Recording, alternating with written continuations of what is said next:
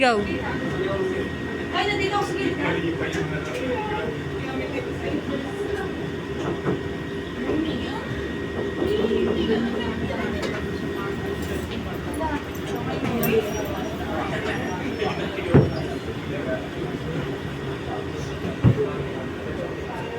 Makakita kami din ko. Three, go. Hey, you. Give me some more wine. Mommy, you're almost done. I don't care. Just give me a wine. Call your manager, please. Okay, ma'am. I just called my manager for a wine. Go. Call your manager. Dito kami, ah. Ano ba ako sa?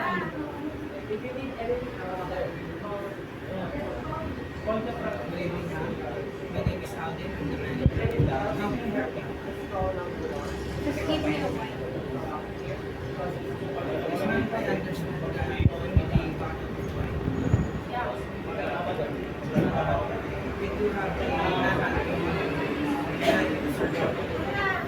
No, valid wine.